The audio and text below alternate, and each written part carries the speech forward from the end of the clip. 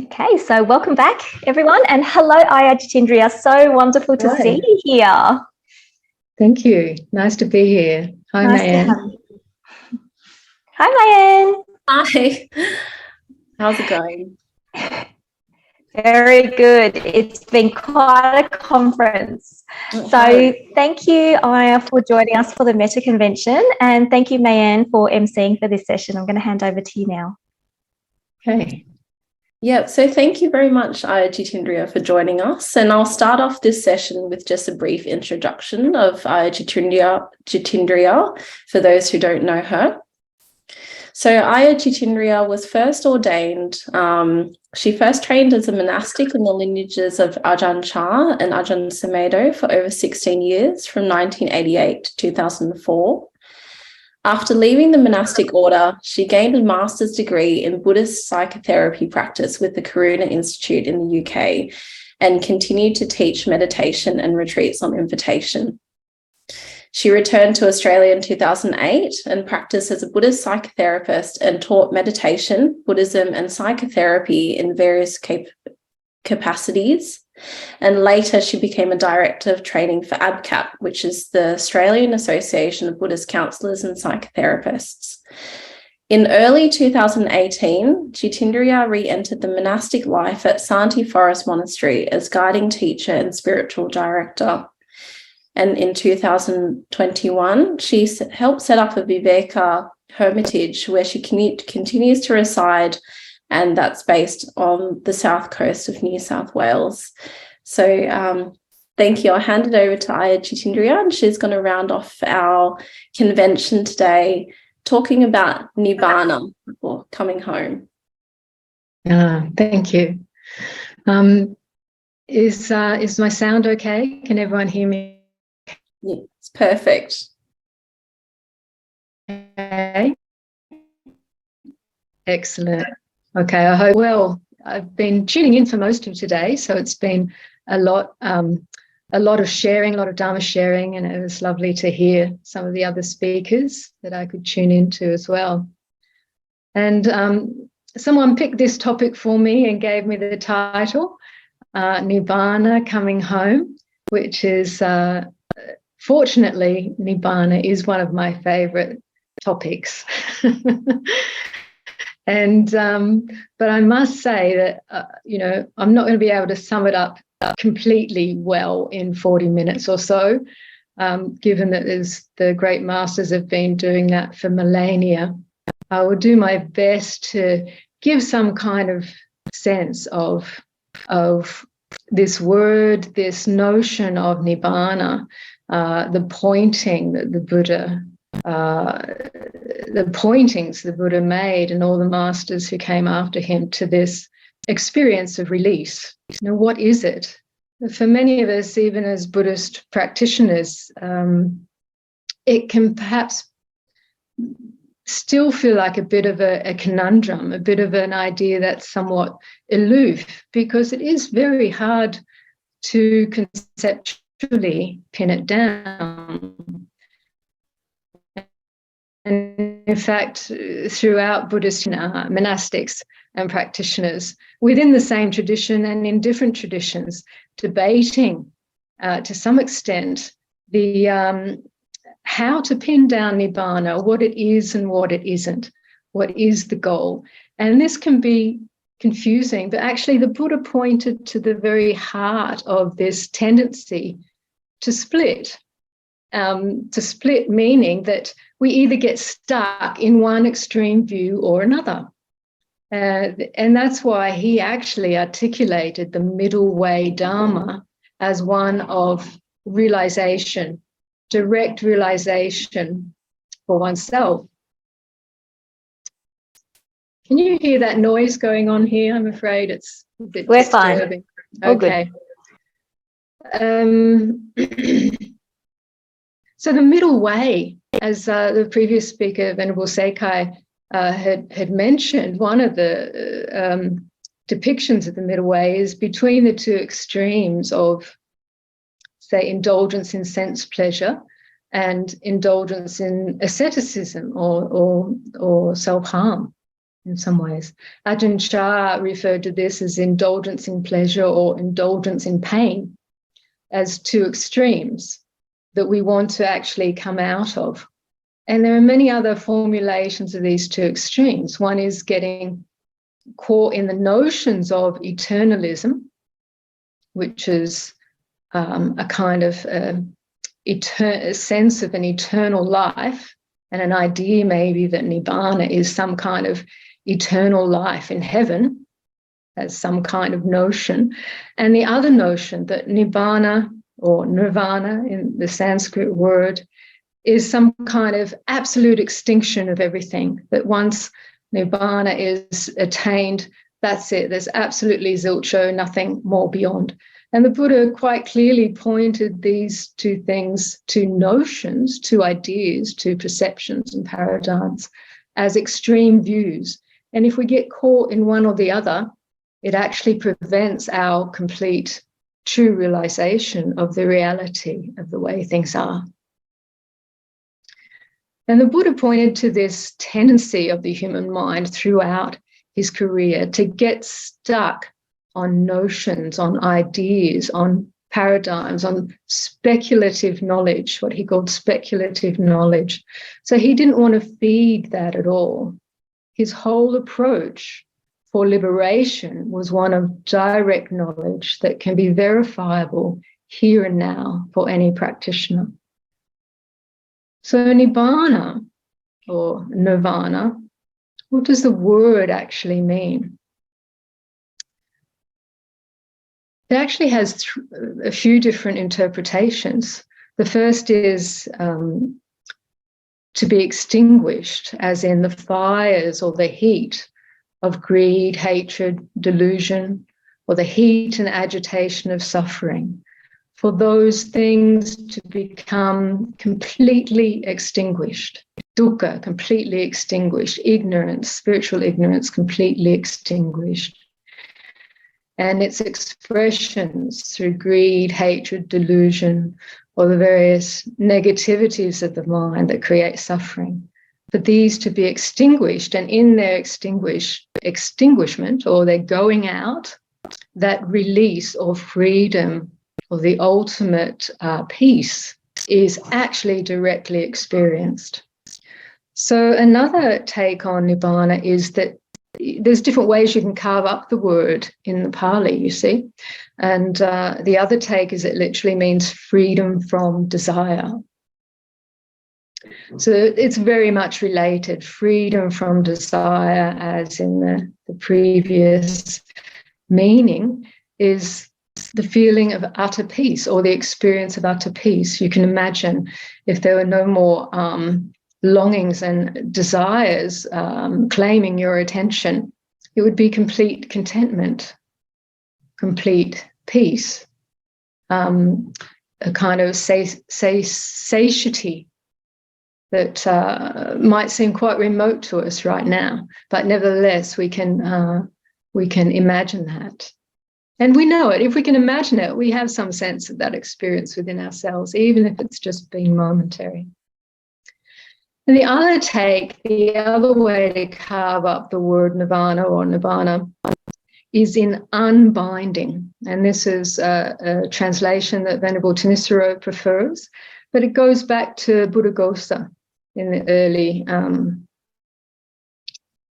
in the early centuries of the modern era. He defined nirvana as unbinding. Unbinding, or as the way Thanissaro expresses it, the unbinding of awareness, the release of awareness from its objects of attachment. So for me personally, I find this, although I truly appreciate the first two takes on it, the third take of unbinding speaks very directly to my heart. This sense of the unbinding of awareness from its objects of attachment. To me, it has a quality of something that can be ascertained here and now, whereas the earlier notions of the complete ending of greed, hatred, and delusion, well, it's something that I can imagine but I can barely imagine it to be here and now, right? But the unbinding awareness from its objects of attachment, that to me, and we might all have different takes on this, but to me has a bit more of a accessibility, and it immediately gives me a sense of spaciousness and a desire to look into what is it in this mind, in this heart, that does get bound onto the objects of our attention, of our primarily mental objects, whilst we develop attachments to this body. When it comes down to it, when you develop meditation, you start to see that all the objects of awareness arise and cease within the mind, including physical sensations, including physical experiences. So the Buddha was a meditator, and he taught from the perspective and from the realizations that he gained through meditation. But he tried to make this as accessible as he could.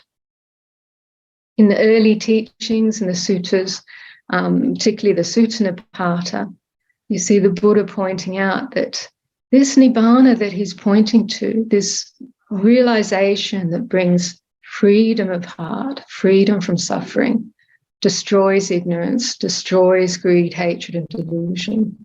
That this realization, this Nibbana, is here and now to be seen with wisdom, to be seen by the wise,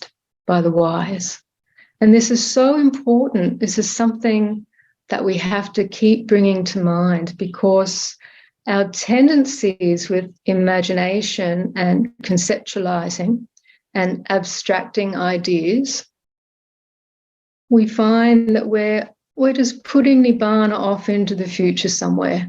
Once I get this kind of neurotic mess sorted out, maybe I'll taste Nibbana, next year or next life, whichever way you want to think about it. But in the meantime, we're faced with this kind of, in our meditation or in our life, as some of the earlier speakers pointed to, what we conceive of all these problems, what I need to get rid of, or we think what I need to get rid of, what I need to develop in order to become a better person, or become more compassionate, or to develop more wisdom. We have to start to notice that this futurizing is actually part of the same constructs that keep us bound in suffering. We're conceptualizing some better future or some better image of me, some possibility, but that actually is just an idea. It's just an image in the present moment. As long as you don't see that for what it is, then you're trapped in a cycle, in a samsaric cycle. Even though it's desire for a better me, an enlightened future, that's actually not the end of suffering that the Buddha was talking about. Saying what can be perceived here and now.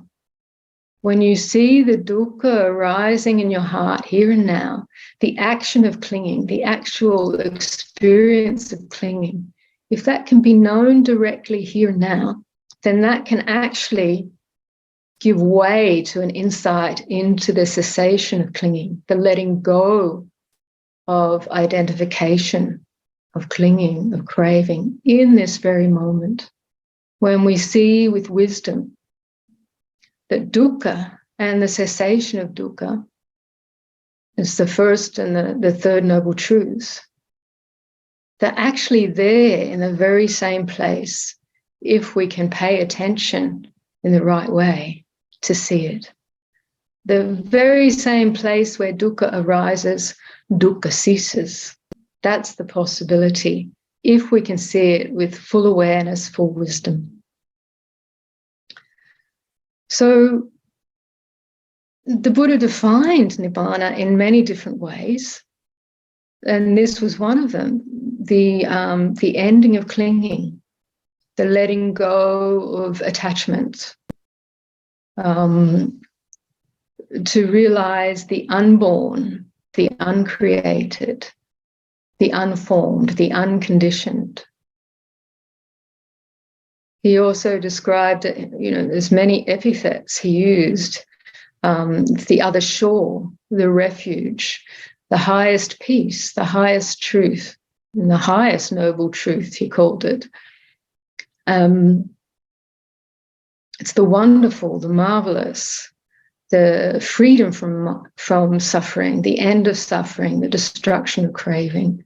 So many different ways he referred to it, depending on who he was talking to and what the issue was that was being brought to him, what the problem was that some person was bringing, what the obstruction was for that person. He was able to point out and use words in a way that helped unlock some insight and some direct verification of this truth of dukkha and the truth of the cessation of dukkha. So this is his whole teaching is really directed in this way, not to create more paradigms or doctrines that we can entertain ourselves with or hang on to in terms of creating a better future per se for this image of me or the image of the world, but actually unlocking these truths here and now, because they are here and now. And the different traditions of Buddhism, all masters of each tradition point back to this present moment, to the capacity we all have, this awareness itself, as being that which we have to bring our attention to. And some masters are so direct, they actually point out and say, this Nibbana is your ordinary mind, just unobstructed by all the agitation of greed, hatred, and delusion. This Nibbana that we long for and seek after and imagine all things about, it's right here and now. We just are not seeing this mind clearly just yet. There's smudges, kind of dulling our vision. And Rabbeinu Korten talked about all of those smudges and obstructive emotions. We know all about them. We all, in fact, come to the Buddha's teaching seeking some tips, some help to find relief from the suffering of the various defilements of the mind, of the various expressions of desire, aversion, ignorance, confusion, greed, hatred, pride, jealousy, worry, restlessness of mind and of body, anxiety, fear, all of these things that are painful to experience on a mental level, not to mention the loss of the loved, aging, illness, accident, death, all of these experiences of life that when we don't truly understand them, when we don't have the right view or the right perspective on all of this, can give rise to worry, to anxiety, to fear. So the Buddha is pointing out the fact that actually the medicine and the remedy is not anywhere else. We tend to think, this is really difficult here, and we start searching for a remedy somewhere else, And in a sense, as we start our journey as spiritual seekers, we are, like, I remember having my radar out in my teens and 20s for something that really made sense. And I intuitively followed that kind of radar until I found myself in a Buddhist monastery in England, sitting a 10-day retreat. This is it. Not what I expected, but this is it. It's the place where I first heard teachings on the Four Noble Truths, on this experience of suffering, this reality of suffering, That it's not just about me, it's not just about me getting things wrong, it's not just, if I can fix this, maybe everything will get better, or if I can fix the world, maybe everything will be better. No, it's just an experience inherent in embodied life. It's not personal. It's not to something that you have to actually be too upset about. But we do have to get to understand it, because it is a conditioned experience.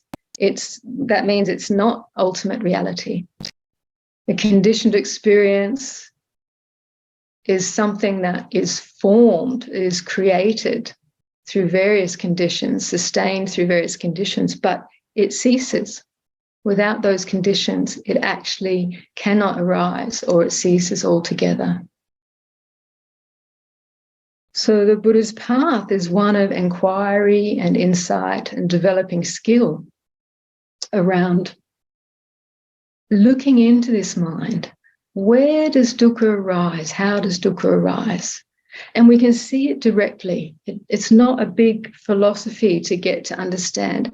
Just feel the squeeze on the heart when it's there. Can we give awareness to that? Or what's happening with our attention when it's there? We're usually trying to figure out how to get rid of it, how to run away from it as quickly as possible. So here's the first lesson. What happens if I open my mind, my heart, my awareness to this experience of dukkha? Like those earlier sessions on the wisdom of acceptance. What happens rather than the compulsion, the habitual compulsion to run away, to shut down, to blame self or other, or to chase a pleasant experience? What happens if I just open my awareness to it? That's a powerful learning in itself. Because when we can do that, dukkha subsides. Dukkha actually falls apart in the moment, until we might reconstruct it again through memory or worry or fear. But when we see that, we notice it's constructed. So the power of this awareness to, when the Buddha talked about the first noble truth, it wasn't something just to be, dukkha, I know that, tick the box. It's actually, it needs to be investigated. It's the first signpost to freedom. It's not a signpost that says, look the other way. It says, if you can see me, this experience of dukkha, stay present, and you'll see the second, third, and fourth noble truths right there. But our habits, our tendencies, our conditioned tendencies have been to run away, to seek pleasure elsewhere, to get away from this. So this is the doorway into insight through the doorway of dukkha. The two other characteristics of all conditioned existence, all phenomena that appear and disappear, the other two characteristics are anicca, impermanence, anatta, the not-self nature of conditions. These are doorways into insight when we recognize the impermanence of experiences, whether in meditation or in our life. We start to notice this characteristic of change in absolutely everything. Every experience of body and mind, sight, sound, smell, taste, tactile sensation, thought, memory, idea, emotion. As we look at that, as we bring awareness to that, we can't help but see the changing, constant changing nature of all these things. Try as you might to keep something the same, you can't. It's showing you its true nature, one of change. So the insight through this doorway of impermanence, to see that all conditioned things are in a changing process. Not one thing staying the same for one moment when really inquired into. To see this in your direct experience is a doorway to release. Because the mind that starts to understand, which is wisdom, the wisdom mind that starts to see that all things are changing, there's no point in trying to make it different. Yeah. Once we start to see that there's no point in arguing with the weather, when we wanted a sunny day and a storm comes, we can feel angry or depressed as much as we want. We can scream at the weather gods, but it's not going to change it. But in its own time, it changes. So what's the point of being angry? What's the point of arguing with the weather? But actually recognizing that right there is the clinging to an idea, wanting something. This is what someone said once. The definition of dukkha is just wanting things to be different than the way they are. Yeah. So once we start to see with awareness, with wisdom, the way things are, the Buddha gives us these hints, these clues, that everything you can perceive is changing, is impermanent. If you cling to such things, it feels painful. If you fight such things, if you try to get rid of such things, it feels painful. It doesn't mean we can't influence our environment, but we have to get the right perspective first to understand how dukkha arises, how it comes to be, how it can be allayed, and the whole perspective that allows that to be a clean, clear experience. So this takes time to start to understand this. But the realization of the cessation of dukkha, the cessation of clinging, the cessation of longing for something to be different than the way they are right now. This is the experience of Nibbana. Now that's hard to get your head around because the experience of Nibbana, the way the Buddha talks about it, is just feels so ultimate, that there's no more greed, hatred, and delusion. And sometimes when you conceive of this, it feels beyond you. But when you look into the nature of things being impermanent, if you keep looking, you start to see that truth of the not-self nature of these things, or the empty nature of these experiences. The empty nature in itself is a liberating factor. When we see the emptiness, which means that it's nothing really substantial, it's nothing that's staying the same. Usually we define ourselves by our experiences, and we gather experiences with the mind, and we say, this is me and mine and what I am. And that's what traps us. Our identification with limited things, with dead things, with things that aren't really real. They're concepts, they're ideas, they're notions. But ultimately, they're just that, constructed things. And when the mind lets go of that, it can truly experience the freedom of emptiness, of spaciousness, which is the very nature of your mind when it's not clinging. Ajahn Chah said, this mind is actually peaceful in and of itself.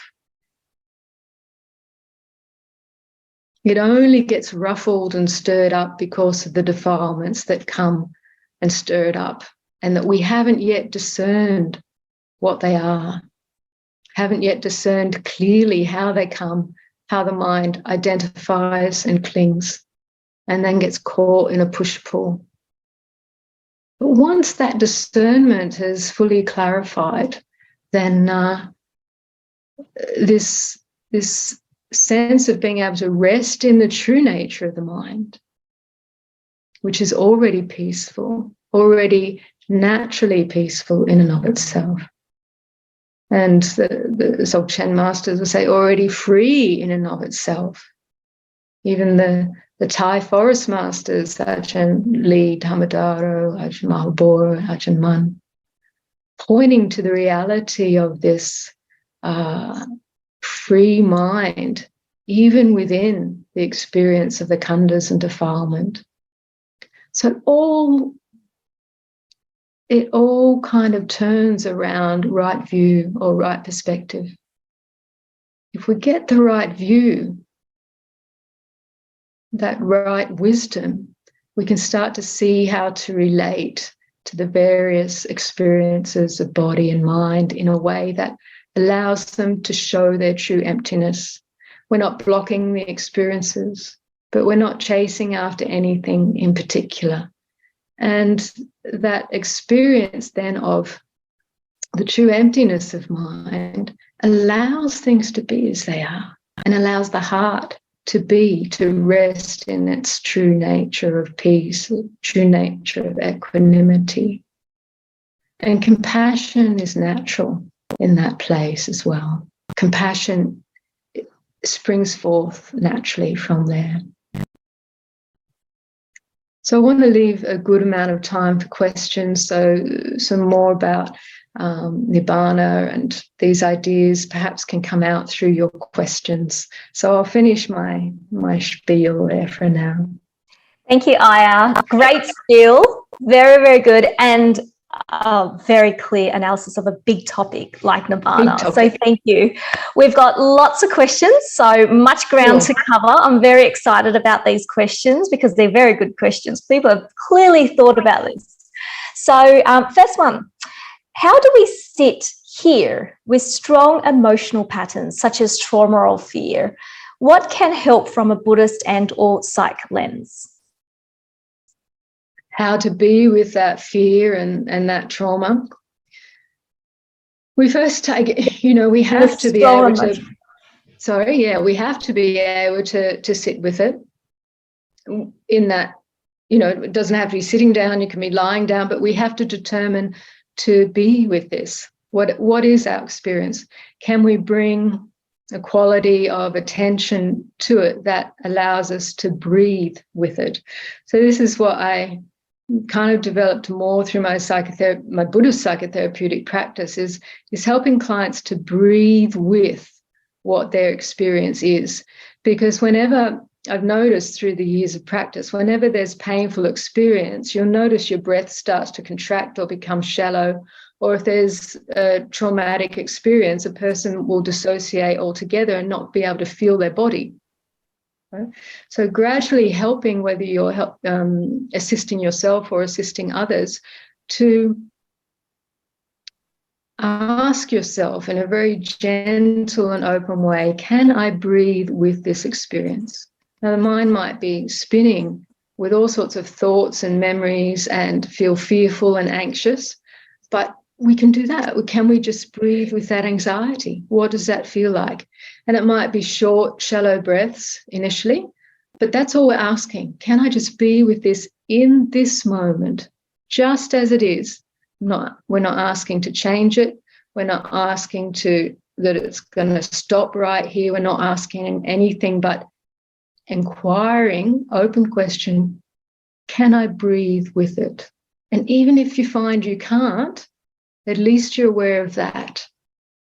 See if you can find then, if you put your hand on your knee, ask yourself, can I feel, if you rub your knee with your hand in a gentle circular motion, can I be with that sensation? Just to start to help the mind come out of panic mode and be in this moment and start to breathe. Very important to breathe with emotional distress, because mental activity. I hope we've still got connection. Everyone's sorry, we heard up to because, and then we didn't hear the rest. So where did I cut off? You got up to the word because, and then we didn't really hear the rest. Okay, I think it was about when the mind is flooded with lots of emotion and thoughts and fears, it's so important to come back to the body and to breathe and find some sense of body connection, because this is where you're going to unlock those patterns Yeah, we can't deal with it all just through thinking ourselves out of it. We've got to come back into an embodied awareness and work very slowly, very gently, very kindly, kindly, accepting this is just how it is in this moment. Yeah, very important. If it's too overwhelming for one to work with oneself, then definitely seek a skillful therapist to help you work through that stuff.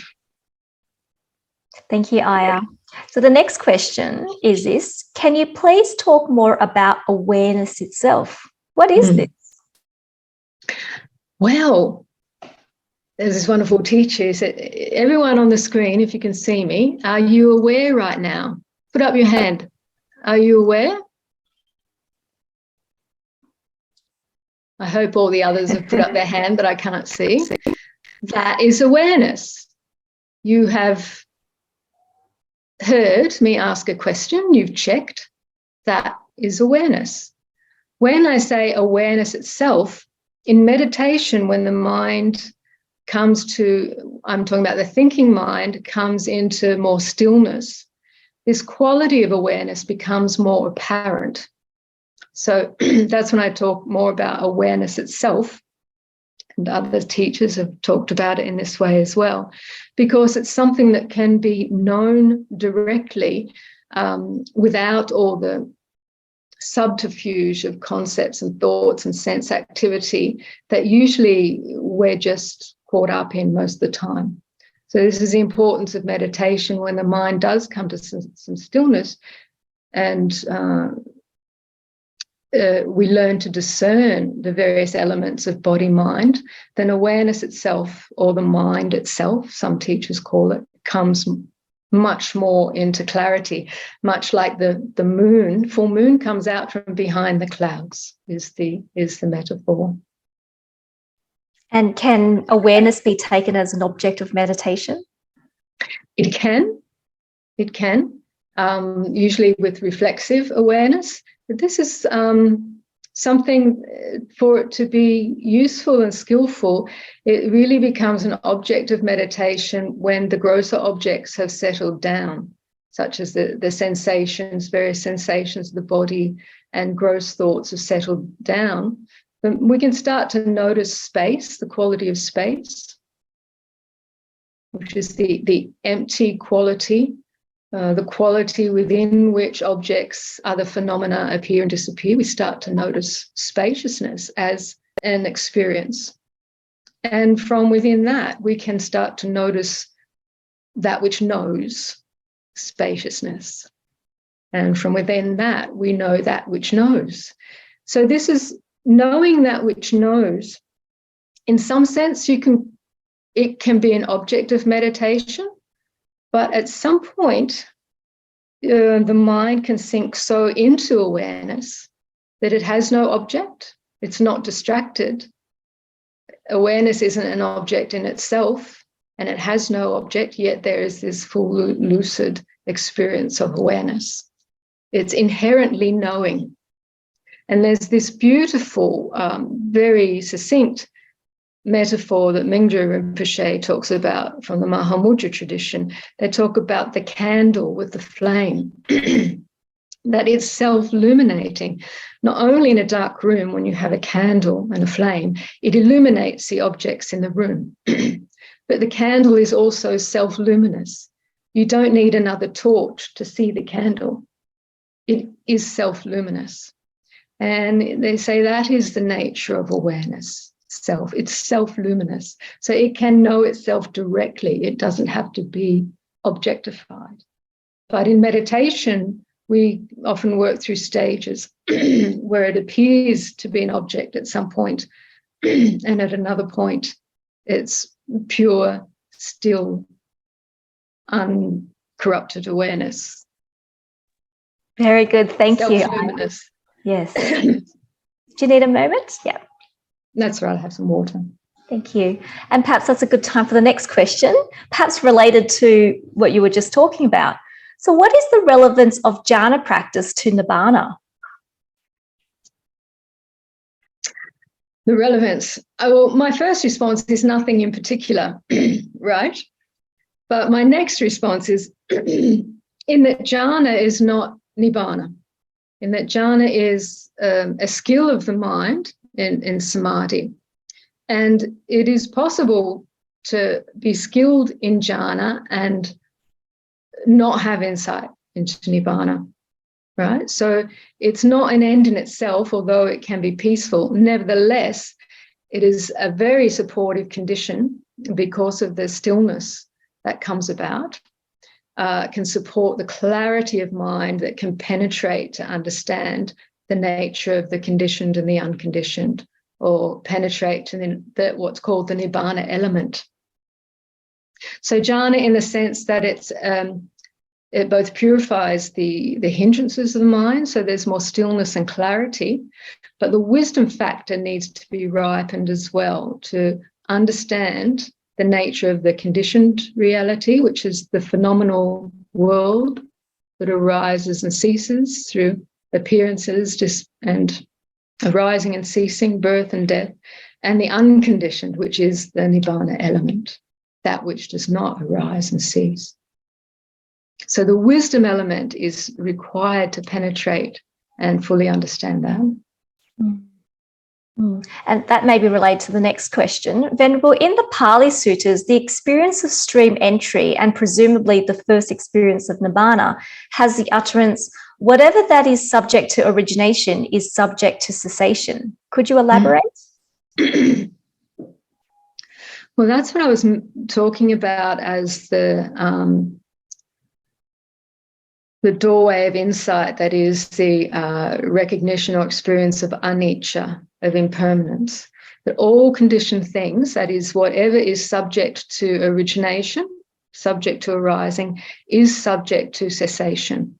That means absolutely everything you can experience through your six senses, eyes, ears, nose, tongue, body, and manas, thinking mind, conceptual mind, all of those things arise and cease. The elements the body is made of, earth, water, fire, air, are in a constant process of change. So this is also an aspect of anicca.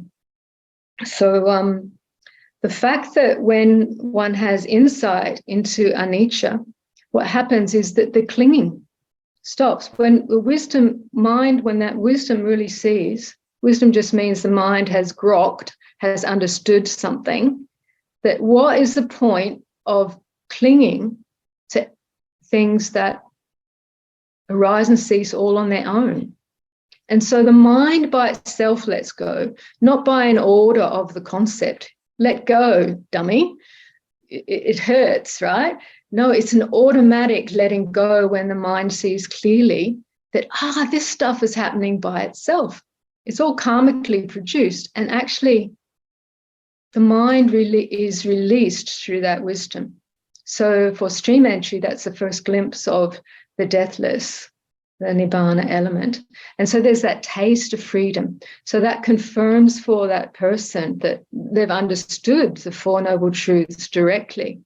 And, the development of the path, then they understand the conditioned and the unconditioned to some extent, but there's still subterfuge and obscuration that envelops the mind. So there's work to be done, but they understand the path now. Very good, thank you. Lots of questions about Nibbana today. So next one is this. Nibbana or Nirvana equals negation/end, or of diversity of perceptions in samsara. Vana equals forest. I have heard this dissection from another teacher. Is this something you can relate to, Jitindriya? I haven't heard that particular dissection. I think there can be lots of different takes on it. I've taken my 3 takes from Jnanatiloka, the Buddhist dictionary, and Buddhaghosa and Ajahn Thanissaro, and 3 different ways of slicing up the word nirvana, because Pali is difficult to translate because there's all these different possibilities of which way you slice up the compound word.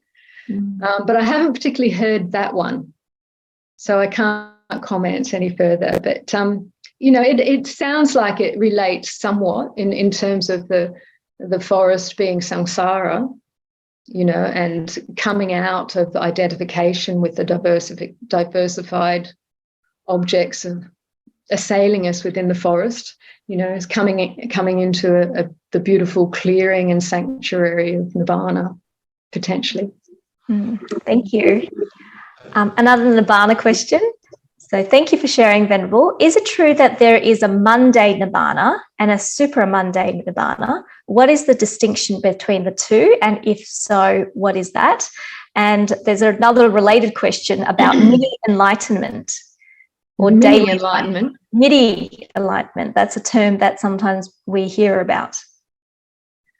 Well, to take that one first, Ajahn Buddhadasa, who's a Thai master from last century, talked about Nibbana for everyone.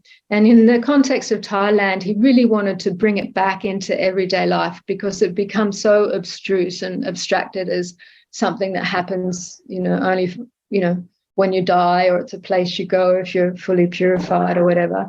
But he brings it back into daily life. We can all taste Nibbana in a moment of non-clinging, in a moment of the cessation of suffering. But we're not accustomed to recognizing those moments. The habit of desire and seeking tends to overlook moments of contentment and peacefulness and no-thingness, a sense of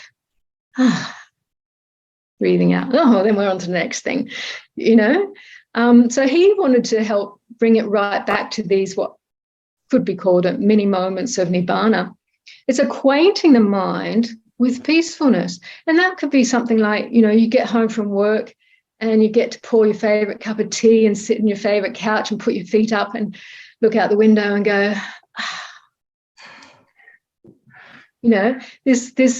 this syllable actually in the Sanskrit Tibetan tradition is supposed to be the most primal sound of the universe.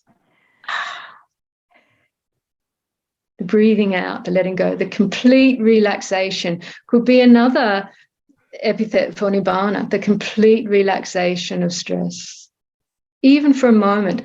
But do we notice it, or do we value it? Or does it become another object of clinging? I just got to get home to my cup of tea and get that experience. Oh, the tea wasn't brewed right. The coffee wasn't brewed right. That croissant wasn't quite right. Notice we try to chase experiences through memory, but it's never quite as good as it was before because we're attached to the memory. We're not really present anymore. So that's about mini Nibbana, to notice the mind when it is peaceful and to bathe in it. This will help habituate the mind. Also with anicca, notice when things change, when things end. This helps habituate the mind to perceptions that will help elicit insight naturally. Now, the first part of that question again, Tina, was... Yes. Before I do, I've just received a message from someone saying perhaps Nibbana should be Nibbana. Yes. Except the long A's in the middle. Nibbana. Very good. So the first part of the question was about mundane and supramundane Nibbana. Yes. Look, I haven't heard of mundane and supramundane Nibbana. There is the mundane and supramundane Eightfold Path, right? And therefore we've got mundane, supramundane right view, which is, the full Nibbana is the full comprehension, understanding of the Four Noble Truths, really. That is the awakening factor within awareness. There's full comprehension and the mind is released. It can't get stuck anymore. But the mundane understanding of the Four Noble Truths is understanding this paradigm, understanding to some degree how karma works. You may not have yet had the full penetration to the deathless and achieve the first stage of stream entry, but there's enough faith and enough understanding that it's still real and alive for you and it works for you in your life and your meditation. So this is still considered mundane because it's not yet penetrated to the deathless element as a personal direct experience. But the Buddha talked about if there's enough faith and or enough conceptual understanding and enough mundane insight that carries you along the path, you're still destined for awakening. This is called the Saddha Nusati and the Dhamma Nusati. No, the Saddha, forget Pali. But someone who has a lot of faith, Saddha, and someone who has some degree of insight, it's not yet penetrative, but it's enough to carry them. He says they are still bound for Nibbana as much as the Sotapanna and the rest. Excellent, thank you. So we do have one question, which is, when can we visit you and Ayya Jayasara at Viveka Hermitage? Well, actually, the Hermitage isn't really like a monastery. It's just a residence, a monastic residence, just a small 2-bedroom house, really. So that's partly why we've created such a rich website as a virtual hermitage for people to tuck into all these resources online. And so we can't really have any public events or anything here. Okay, thank you for explaining. Now, there's also a friend here called Umesh, and he would like to ask you a question directly. So take it away, Umesh. Good afternoon. As you're aware that at a practical level, the incidence of major depression and personality disorders is increasing more because of the 24-hour, 7 days a week lifestyle and the pressures that technological changes have brought about. Now, the medical establishment, as you know, is pushing 15-minute medicine, and they're happy to provide pills and walk away from you. I feel that Buddhism teaches to the people a path to overcome their issues. However, they are not aware of it. And when they go to the doctors are not aware of it. Is there a way of reaching out?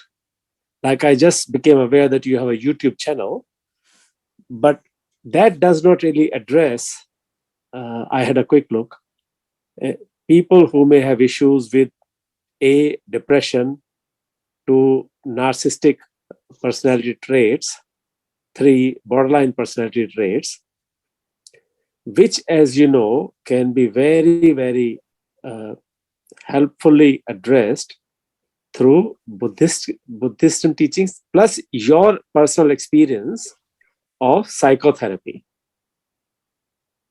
Is there a way of addressing that? Well, I think there are more and more the Buddhist principles and Buddhist ways of practice have entered into the medical field. Many psychologists and professionals in mental health have done and do their own practice in mindfulness and try to bring that into the clinical setting in different ways. And certainly there's a plethora of available resources online these days to be utilized by the professionals or those seeking support. So I think there's already a lot happening, and even just, a day like today, or a group like the Metta Center, just doing this kind of outreach work in a sense, or making things, Dharma teachings, available freely. And particularly since COVID times, I mean, so much has gone online in terms of Dharma. Most monasteries in the world now, they kind of were forced to get their teachings online to support others who couldn't come to the monastery anymore. So it's been a great boon for the world in that sense. So I think a lot is already out there. The thing is, the people who are seeking help also have to seek help themselves. As you know, the Buddha was not did not encourage proselytizing, going door to door saying we've got the answer for you. If you just do this, if you just do that. And I've seen the unfortunate when mindfulness in the mental health sector is kind of just forced upon people. They don't pick it up.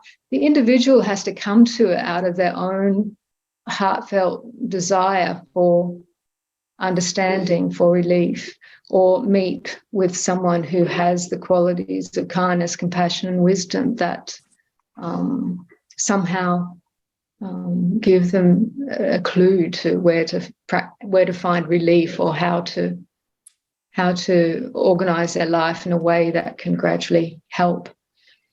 So I don't think we can go all at it like a bull in a china shop. We can't become the door-to-door proselytizers.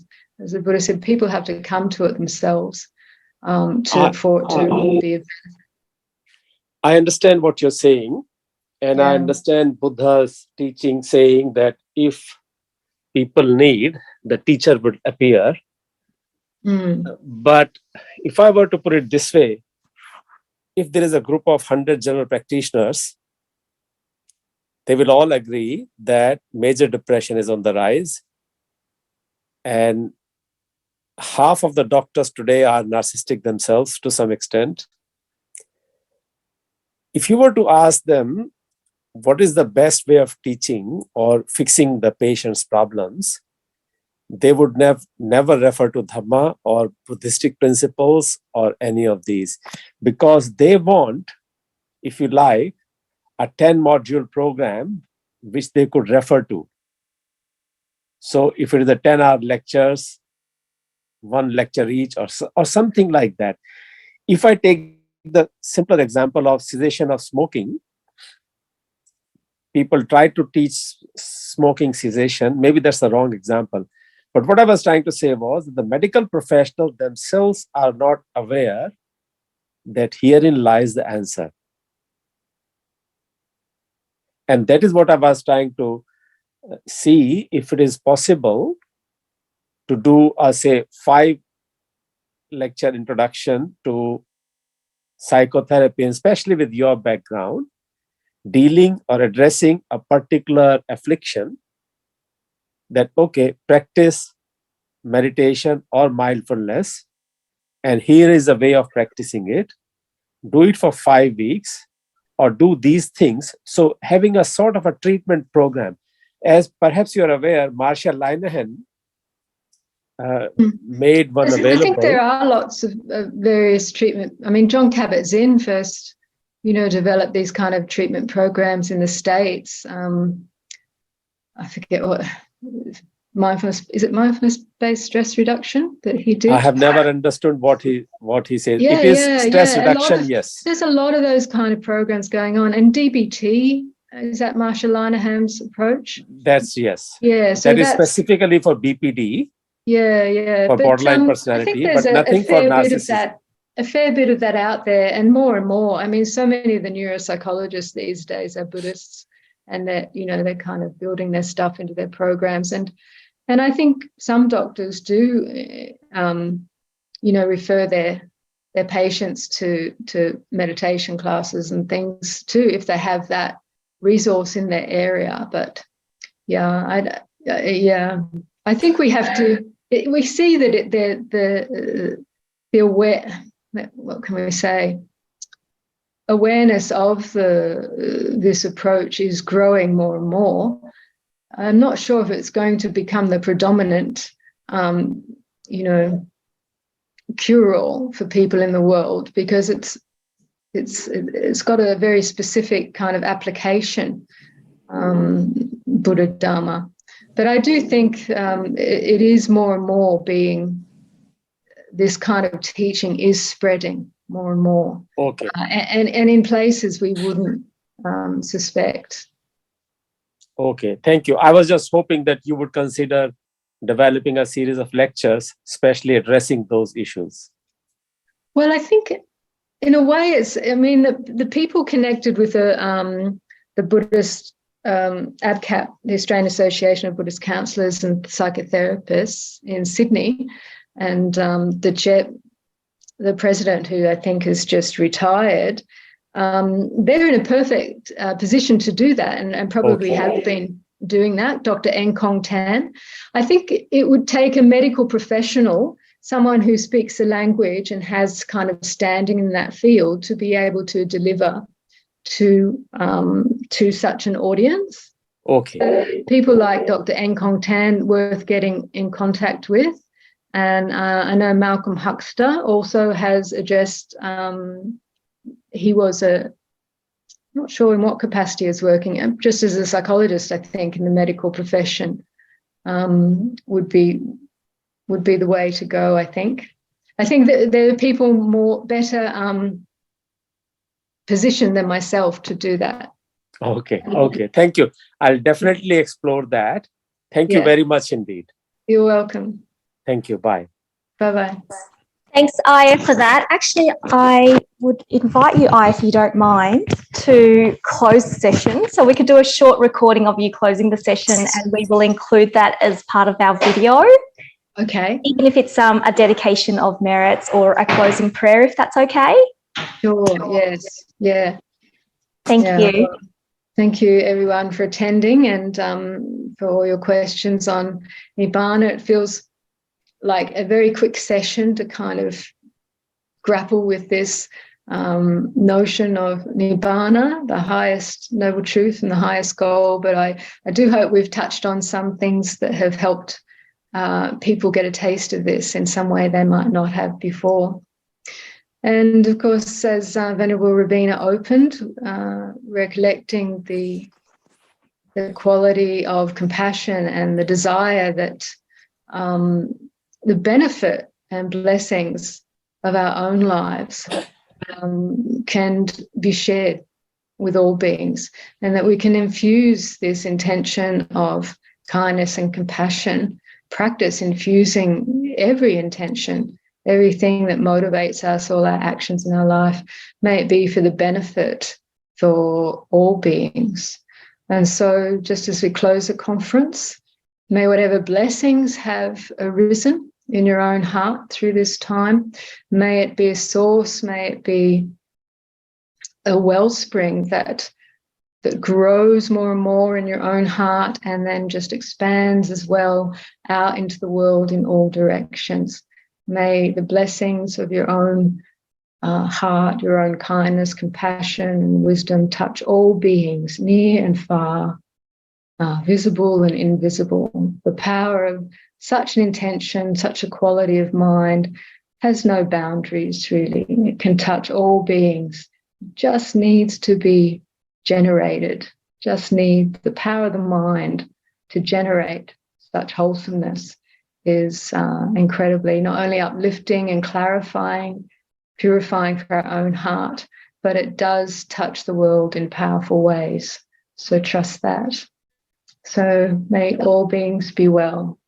Wonderful. So maybe what we can do is close the conference, and for those who are interested to stay on, thank you, Aya, for offering your additional time as well, and then we can finish the rest of those questions. No problem. Okay, so thank you again. That was such a good session. Great topic to round off the whole convention.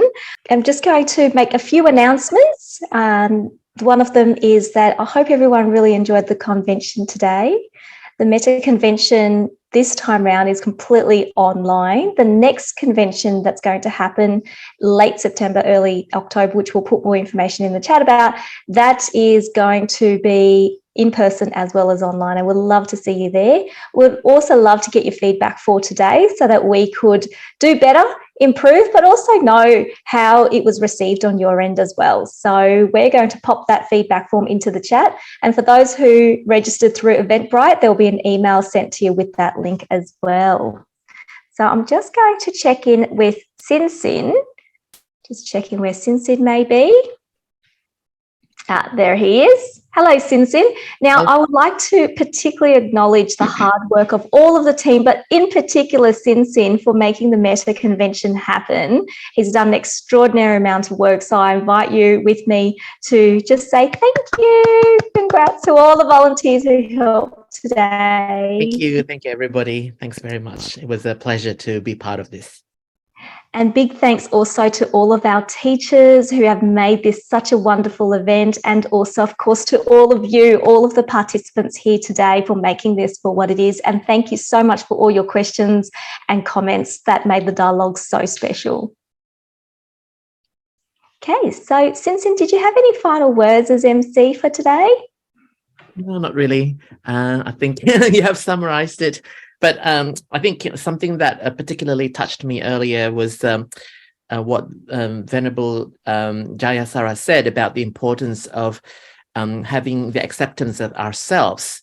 And accepting ourselves is accepting everybody. So I think by doing that, we can develop empathy and understanding that we're all walking on the spiritual path together as people who are striving towards the same goal. So that was quite inspiring. Yes, indeed. Thank you, Sinsin. And that's what we try to achieve at the Metta Centre, to bring people in from all corners of the earth to see if we can build this community together, to share the Dhamma, to learn and practice together as good spiritual friends. So it's wonderful to see new faces to today's session, as well as also old friends as well. Please keep in contact. You can see in the chats that we do have various ways that you can keep in contact with us. We've got our website, which has all of our upcoming events. We also have an email newsletter that goes out every week if you would like to join our newsletter. We have Facebook, we have social or Instagram. We also chat to each other through WhatsApp as well. So there's different ways that you can connect with us. Every Wednesday, we also have events, so you can join online or in person at the Metta Centre. And we have speakers from all around the world, different traditions, because Metta Centre is a non-sectarian centre, and we hope to have you as part of that community. Also, one last thing about donations. So we offer these sessions for free because we do believe that the Dhamma, as much as possible, should be shared freely with as many people as possible. So if you would like to support the work that we do, then we would very much appreciate your donation so we can continue to do what we do at the moment, and hopefully also new projects as well. And we'd love to have you as part of the community. So if you would like to volunteer, you are most welcome to join us too. We also run urban retreats, and we've got one coming up very soon. So you can look out for that, and that's in April. Sinsin, would you like to tell us a little bit about the next Metta convention? Yeah, I think basically you mentioned this briefly already, but the next Metta convention will be on the 30th of September, Australian Standard Eastern Time, and also the 1st of October. It's going to be a hybrid event, which means you can attend in person or online. And the second day will focus more on workshops and practice. And there's a park nearby, so we are planning to probably also do some meditation. Unfortunately, that only applies to people who are in Sydney. But come over to Sydney to attend that event. We are probably going to do some meditation and walking meditation on the second day. Yeah. Thank you. So thanks again, everyone, and wishing you a lovely good morning, good evening, or good afternoon, whichever it may apply to you. Thank you. See you next time. Bye.